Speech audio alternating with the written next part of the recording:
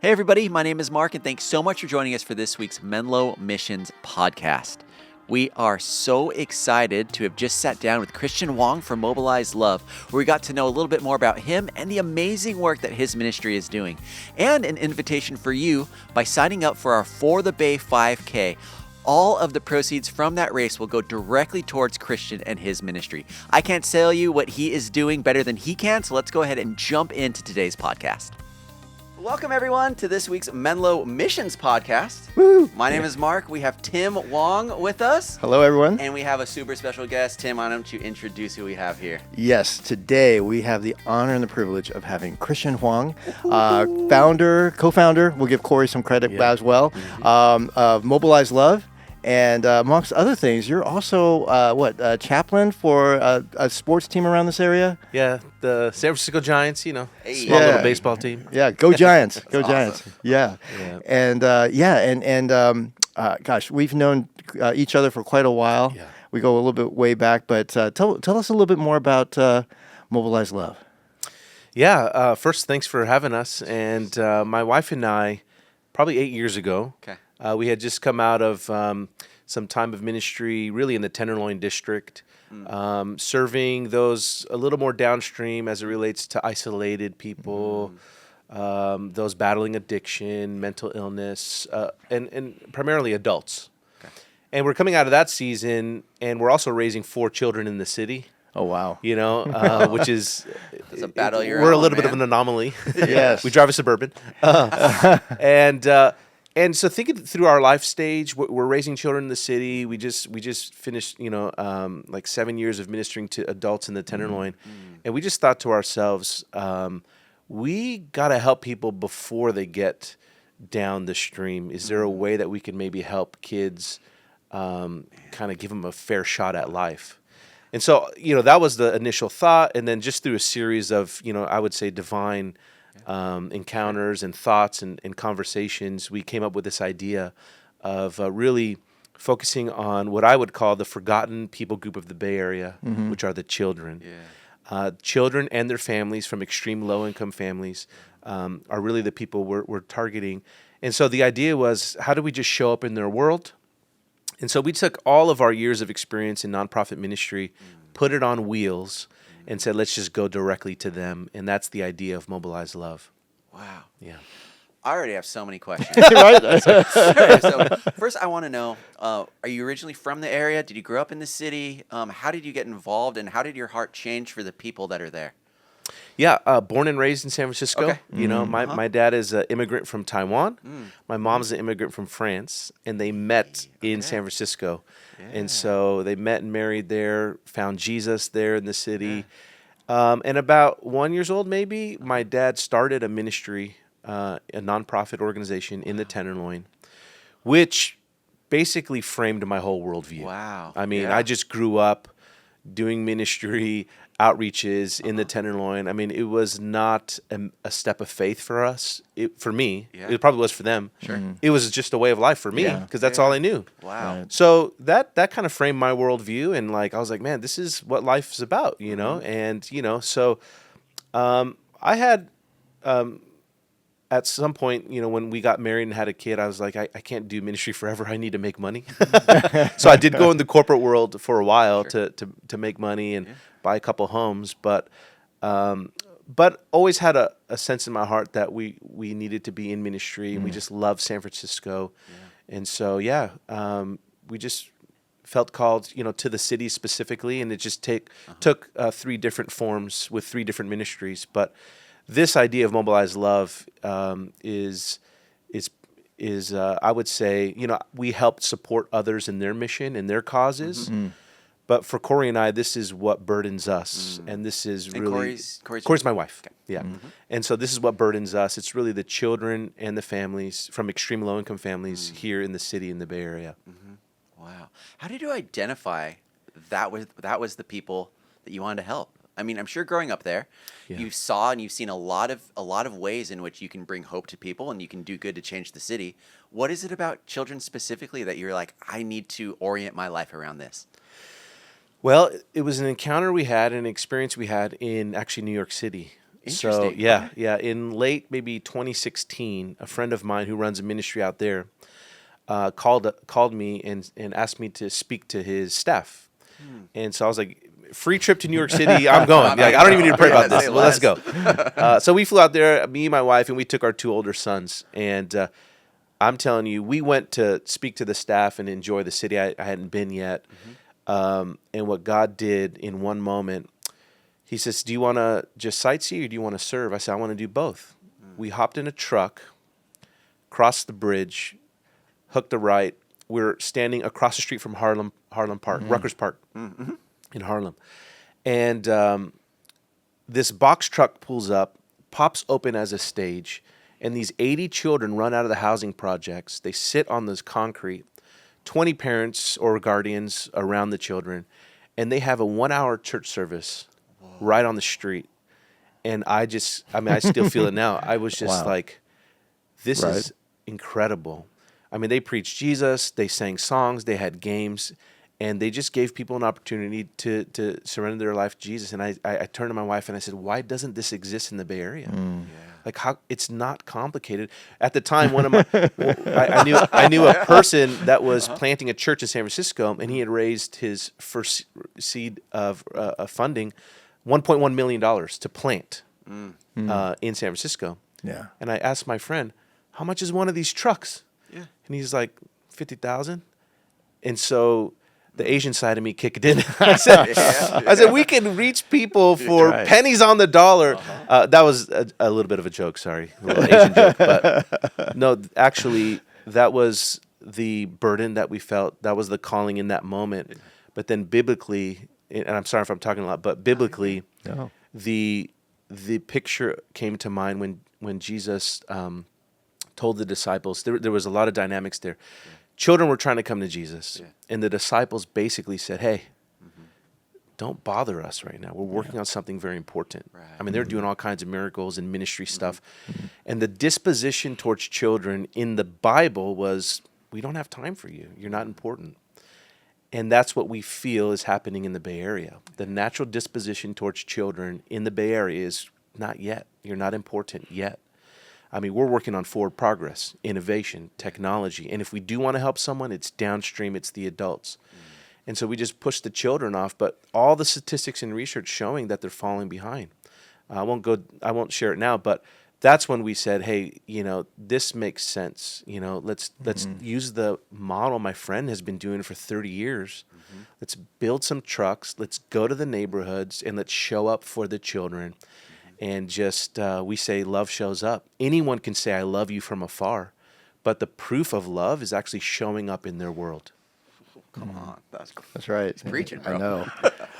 So I think up now, currently, you have 4 trucks that are doing different things. Is that correct? Or what's 11. Yeah. Okay. He had 4. Now he's at 11. Let's talk about that. We mostly highlight like 3 or 4 because they're the key ones. But Gotcha. yeah, we Okay. started actually, and this might freak a lot of people out in Silicon Valley because they like business plans and models and have to have all their ducks in a row. strategy. And I just know for ministry, it's different than startups. Sure. Ministry, you just have to obey the principles of Jesus, which is first show up. Yeah. Just show up and figure it out later. Amen. Seriously, you just got to show up because when you show up, you learn so much. You show up and then you listen. That's right. So we just started out of our cars, actually, just showing up. I was like, we're not going to wait for funding. We're not going to wait for our first truck. So I remember even using our minivan for our first outreach. Yeah. And so anyways, long story short, we didn't have like a sequence of what truck we needed first. I just had an idea that, we needed a stage truck first because that's what my friend has. He had like 30 or 40 stage trucks. By the way, they're serving 20,000 kids a week in New York City. So I said, that's what we want to do. So I said, we need a stage truck. But then I thought to myself, you can't just start showing up in neighborhoods in San Francisco. San Francisco's not like New York City where you can just show up and preach. You get shut down so fast and canceled. So you need to meet the physical needs. You got to come in through a social justice vein. So I said we need to feed people. I mean, that's the way into communities. Honestly, is everyone. We may not agree on what's preached about on the stage, but we will agree on a hot meal. So I was like, let's build a food truck and a stage. Interestingly. a woman who heard of this concept said, "Have you ever thought about laundry?" And I was like, just very arbitrarily, I said, "If you fund it, I'll build it." And she gave that day. So long story short, we built actually a laundry truck first. Okay. And we launched one truck a year, and we didn't plan it that way, but since 2018. So 2018 was laundry. 2019 was the stage truck. What is the stage truck? Can you paint a picture for those that might Yeah. not know what to imagine that looks like? 16-foot GMC Savannah box truck, Okay. where we cut out the side, one side Yep. that pops down as a stage, and it's got 3 legs. Then inside we have all kinds of basically your Sunday school, supplies, all the kids stuff. And then it's a sound system. So it's a portable stage where we teach children from, and we run basically a kids' church on wheels. Now, Mark, Tim, do you guys know who funded that? No. I do. Funded that. Menlo Church. That's right. Menlo Church. That's you guys. Because we had a laundry truck funded. We had in 2020, we launched a food truck. We had a food truck funded, but no one was biting on the stage. And I'm like, we need the stage. That's the most important one. So I came over here to Menlo and met with the missions pastor at the time. And I said, "Hey, just need you to fund this truck. We need this." And you guys graciously wrote a check, funded it, we built it, and launched it. And so I don't even know if Menlo understands the impact over years. I mean, that we launched that in 2019. So 6 years now, we've been teaching thousands, I'm not exaggerating, thousands of people the gospel and all kinds of things. But so laundry truck, then we launched the stage truck 2019. Food truck was launched in 2020. After the food truck, it was... the storage truck. The storage truck, Yeah. yeah. It's a mobile literacy program. Then after the storage truck, which is our literacy program, we launched a refrigerated truck for food relief efforts. Oh, interesting. Cool. And then after that was a distribution truck. Because at that time, the needs of the community started growing. They're like, we need just stuff for families. Yeah. So we got a distribution truck. And then we just launched a wellness truck, which is basically a mobile medical truck, and so we do health screenings and also the state's first mobile dyslexia screening unit runs out of our truck. So so those are just some of our trucks that we have now. We got a bunch of them, but we're launching 3 new ones this year alone. Ooh, do we know what those are? Yes. So Can we know what those yeah, are? yeah. I mean, okay. so learning on what's really worked well for the first fleet. Yeah. We said, hey, there's 2 or 3 trucks that if we build a second set of them, can have an exponential effect, right? So we're building a brand new stage truck, but this time it's different. We added a 10-foot LED screen on it. So we call it the screen truck. So now we have a screen truck, and that's already funded and built. Wow. Then a regional distribution truck, which we just brought to your all-staff meeting yesterday, because that's, moving product to communities is huge. And then thirdly, we're building out now a regional food truck. And Mark, Tim, do you guys know who funded that? I might have a guess. I know. Menlo Church again. Okay. So we're just so grateful. I mean, I'm talking way too much, but I'm just passionate about what we're doing and the fact that it's scaling and growing. And Menlo Church has come in at divine, integral moments where we needed a specific truck. And again, Tim... we were on vacation at the time and just praying that, God, we need this last truck. The food truck's the way into communities and no one's biting on it. We need it. And just getting a random phone call from Tim.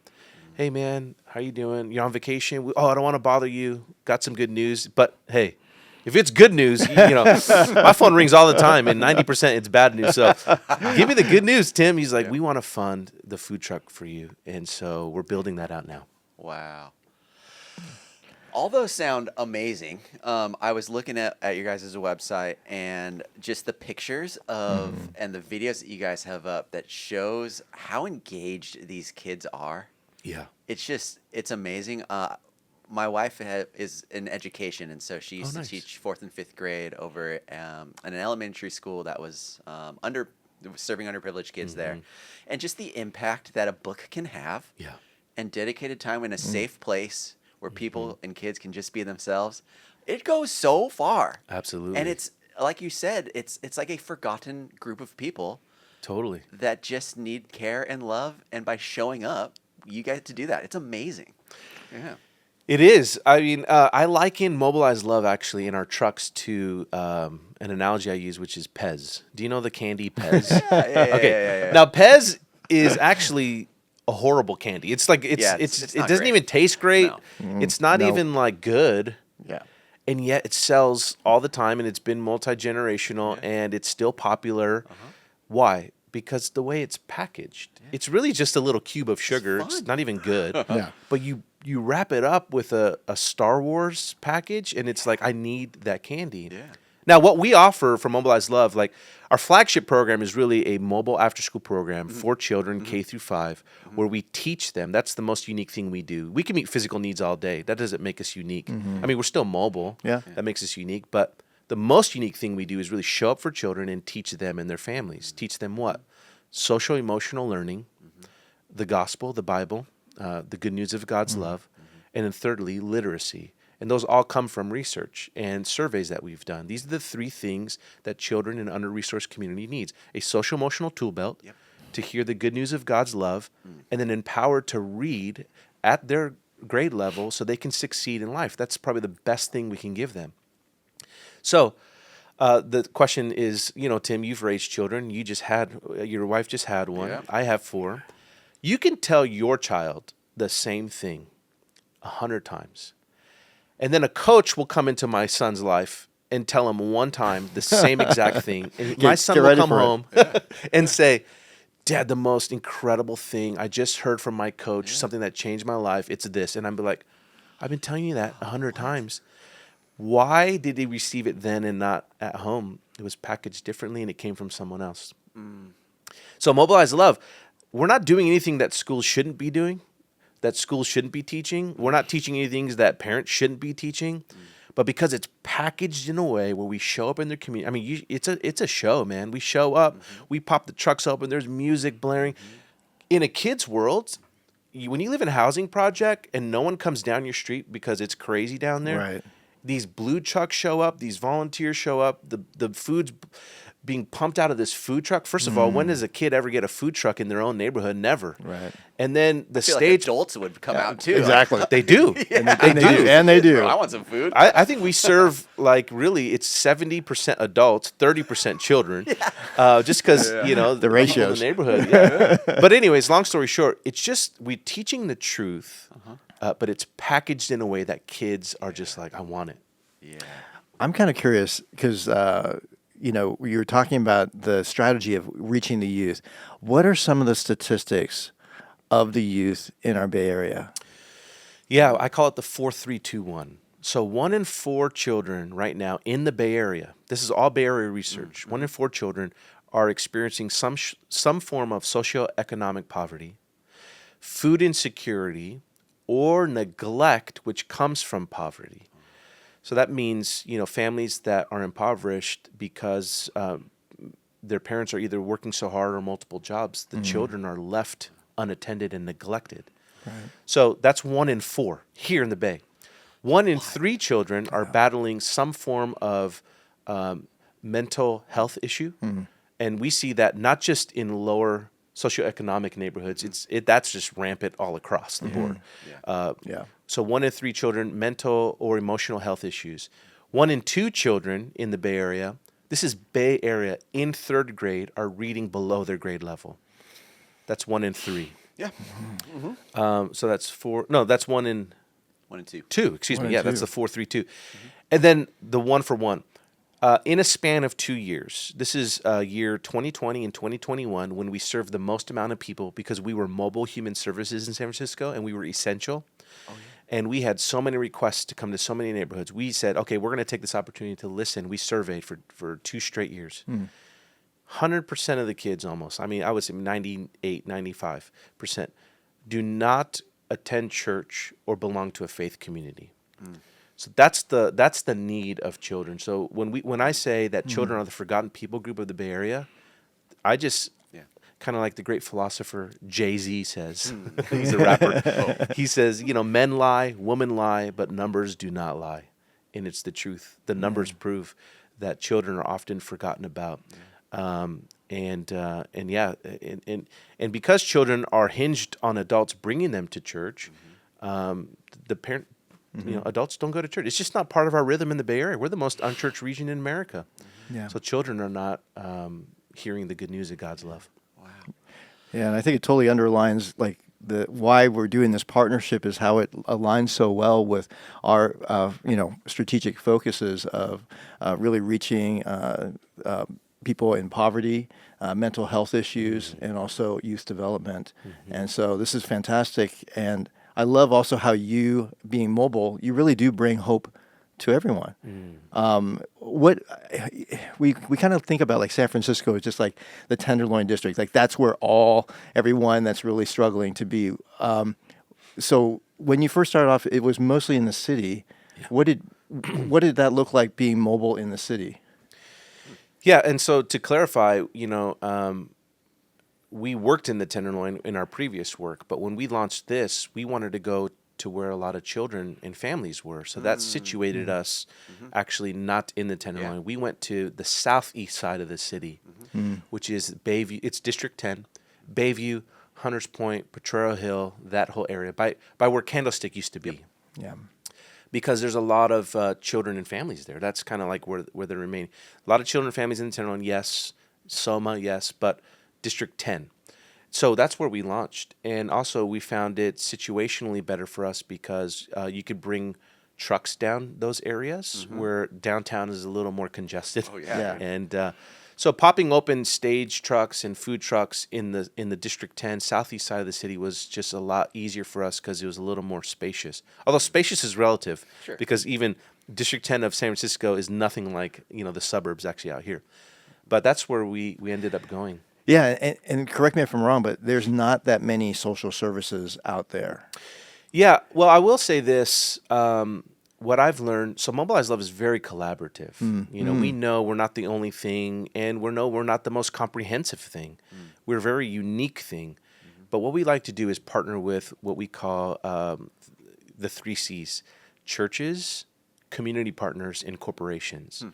Corporations, we have not built that out greatly yet, so that's a huge opportunity for us. But really, churches and community partners, our workforce is the local church. I mean, I think it's just because of how I was raised. It's like the local church is one of the greatest resources for the city of San Francisco and the Bay Area.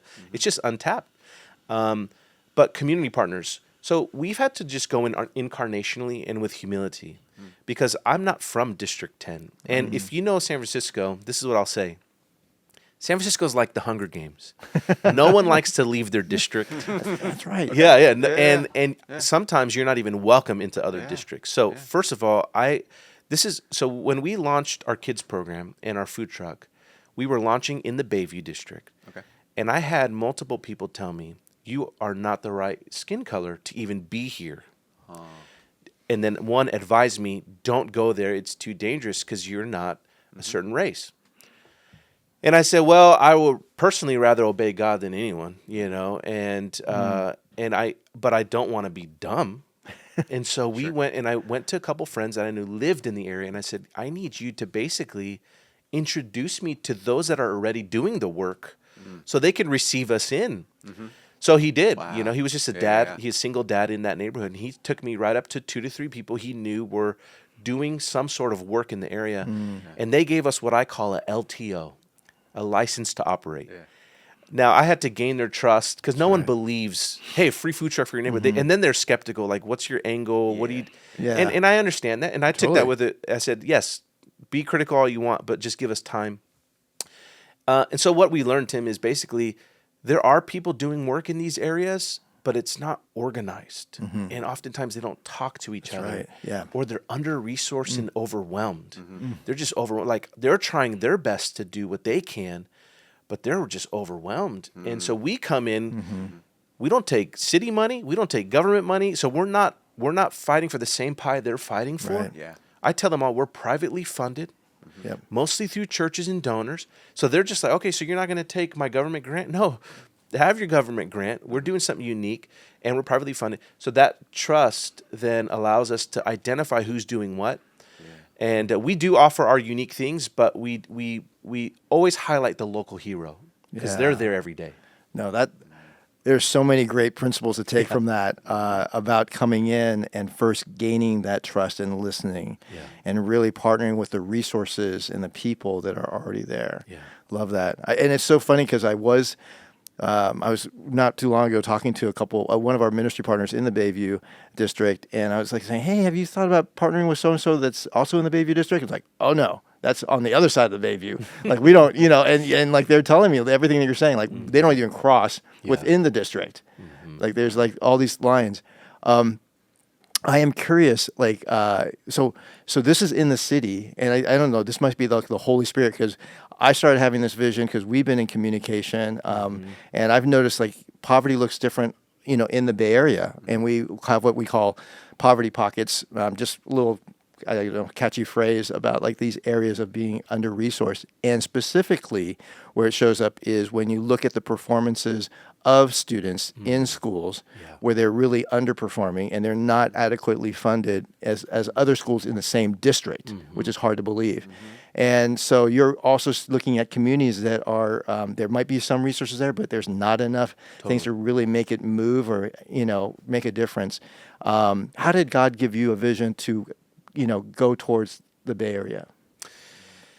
Yeah, Tim, I grew up Pentecostal, and so yet I've never received a vision, a dream, a prophetic word. I just more follow the cookie crumbles is what I call it. And what happens is it's just these little invitations or opportunities or people or need, really. We just kind of follow the need. Sometimes it ends up not producing much fruit, and that's fine. We'll do what we can. But there was a school in San Bruno, actually. So it's situated actually just a mile from our operations warehouse. So then I was like, oh, there's an opportunity there. It's only a mile away. That piqued my curiosity. Then a church called New North Church. They were on the peninsula, and then they moved into the city. And I know the pastor well, and his wife's the missions pastor. And they're like, the principal is on our worship team. I'm like, okay, this is some natural. So it's the cookie crumbles. And then so what's the ask? One annual outreach. Can we do it? Absolutely. Bam. Then we started seeing these families.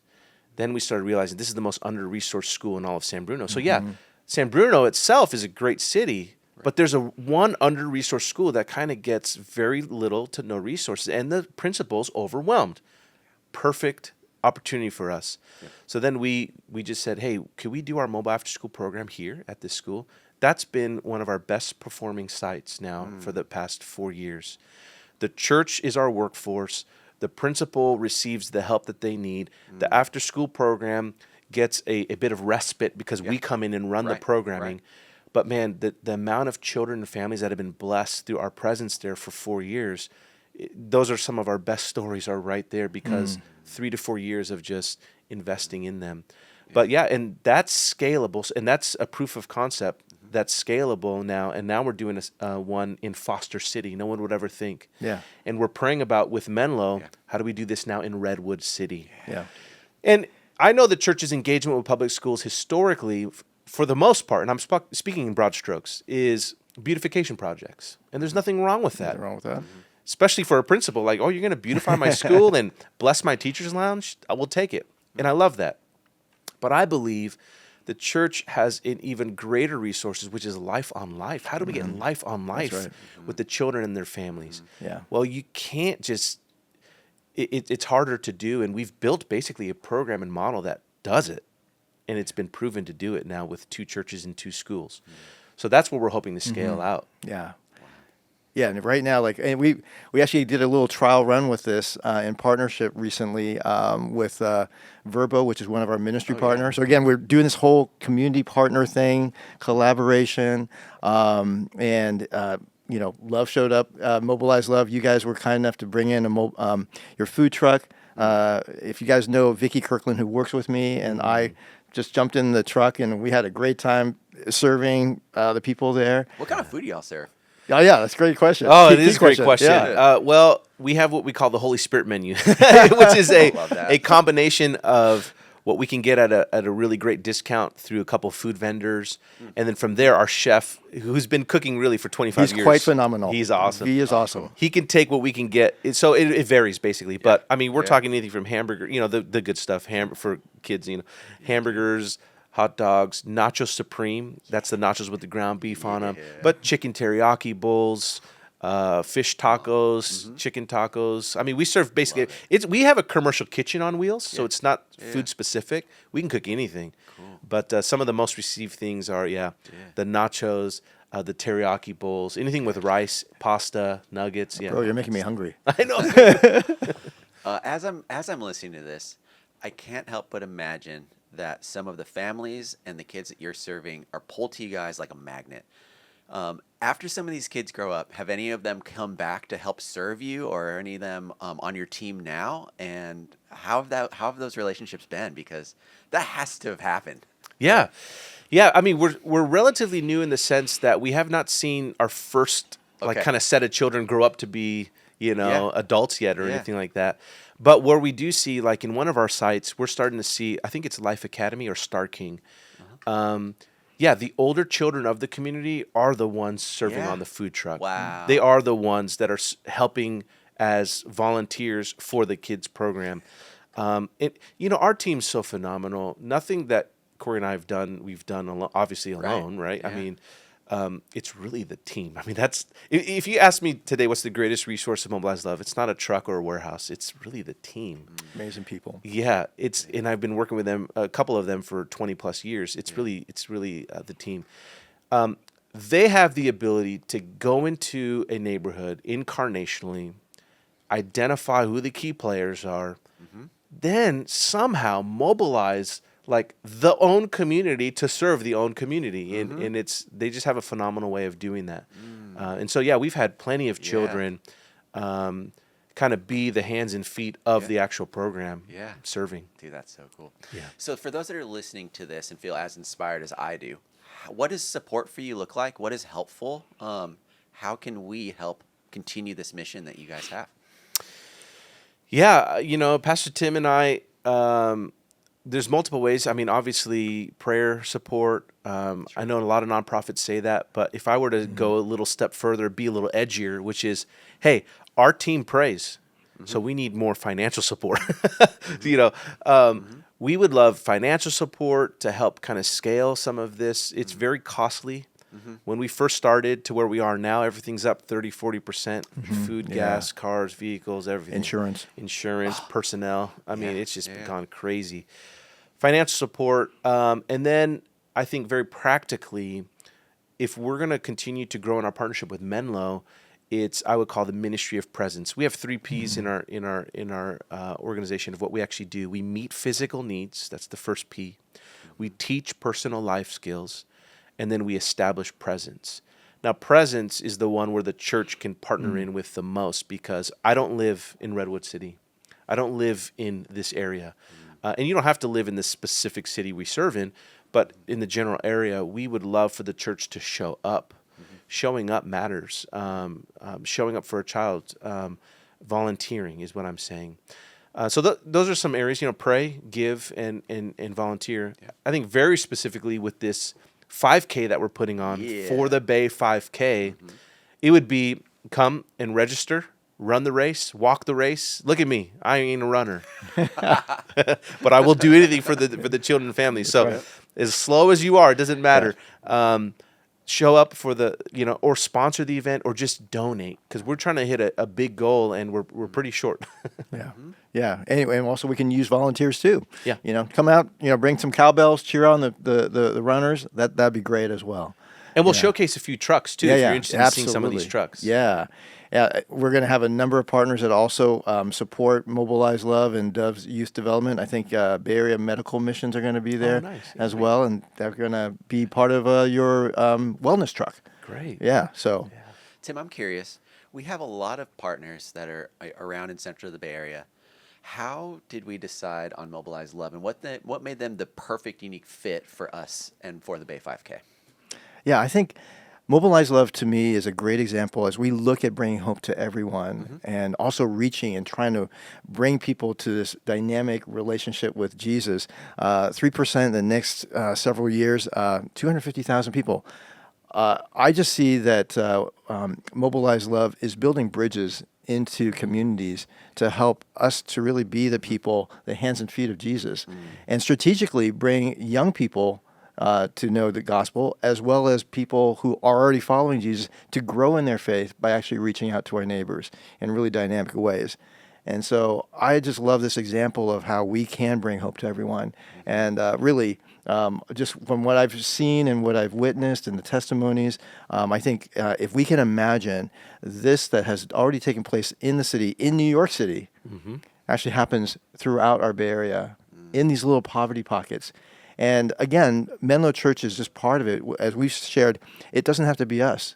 It really is, this is a bridge that other churches, maybe that doesn't have the same resources, might not have the same personnel, but they can, hey, come join what we're doing to reach this community for Jesus.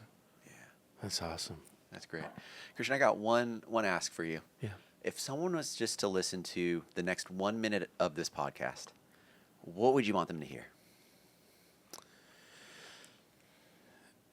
Well, are they a believer or non-believer? You Just can take anyone. 2 minutes and Okay. speak to each. Yeah. Yeah. For the believer, I would say, when Jesus called his first disciples, he said, "Follow me." And the question is, for what? To be a better dad, to be a better husband, to be morally, ethically, just a little bit better than you are today. He said, "Follow me. I will make you fishers of men." The invitation to Jesus to follow him is predicated on the fact that what is his mission? It's to seek and save the lost. That's what he's about. If you ask God, what's God up to today? He's seeking and saving lost people. And so my question is, how are you doing that in your world? And if you're not, I would say there's one people group that's forgotten about in the Bay Area. And yet Jesus said, bring the children to me. Do not hinder them, for the kingdom belongs to them. In God's upside down kingdom, we want to bring the gospel to like the rich and the powerful and the affluent. And it belongs to them too, because they're just as broken as anyone and lost as anyone. But there is a people group that's willing and open and available. So if Jesus calls us to fish for men, why not fish where they bite? If you invite me fishing and we sit out there and catch nothing, I'm mad at you. I want to catch fish. Why? Because I love sushi. No, I'm joking. I want to see fruit, and children are the most open to the gospel when we share it. I've speaking, to hundreds of adults and try to force the gospel on them, and they don't want it. They're busy.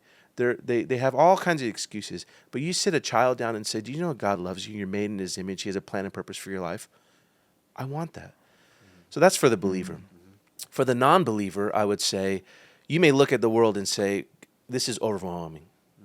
Politics, the growing divide between rich and poor, everything seems broken. It's kind of like I look at my family on Fridays when we finally gather our laundry, and it's 3 huge piles. You know what I do when I see too much problems is I just shut the door and ignore it. And so you're a non-believer. You're saying, I don't even believe in God, but I know this world's broken. There's too much injustice. I don't even know where to start. Forget it. So what I'll do is I will just numb myself, medicate, and just enjoy the weekend. You shut the proverbial door because you don't want to see it. I would just challenge you to say this. You may not be able to change the whole world, but you can literally change the world for one child. You could. Yeah. Show up. Spend 1 hour with a kid reading. I guarantee you that encounter would start to do something in your heart where you start to have hope and belief in the world again, where you say, you know what? Maybe not, I can't fix the whole world, but I could change the world of one. Yeah. Thank you. That's awesome. So Tim, I'm excited. I'm so grateful and thankful for your time with us, Christian. Thank you so much. Thank you for having me. I cannot wait for everyone to come into contact with your guys' trucks that will be there for the 5K, for the 5K. And so, Tim, let people know where they can sign up, how to register, what help we still need, all that kind of stuff. Gosh. Yeah, you can simply go to menlo.church /For the Bay 5K. And right there is all the information you need. You can go ahead and you register, sign up for a race. You can volunteer. You can sponsor, donate. Yeah, we have still lots of spots available. We have, gosh, I think we have right around over 100 runners already. Yeah, so we're getting there. Yeah. Amazing. Yeah. Awesome. Well, Tim, thanks so much, as always. Christian, thank you again. Thank you. Thank you for both. people to find out more information about you now, where can they head to? Where can they find you guys? Yes, our website, mobilizelove.org, or our Instagram is where we're most active, at Mobilize Love. Perfect. Yeah. Well, everyone head there, support this, sign up for the For the Bay 5K. If you have any questions, you need any encouragement, you can text our team, 650-600-0402. Have a great week, everybody, and we'll see you soon. Thank you, See Ron. ya. Thank you all.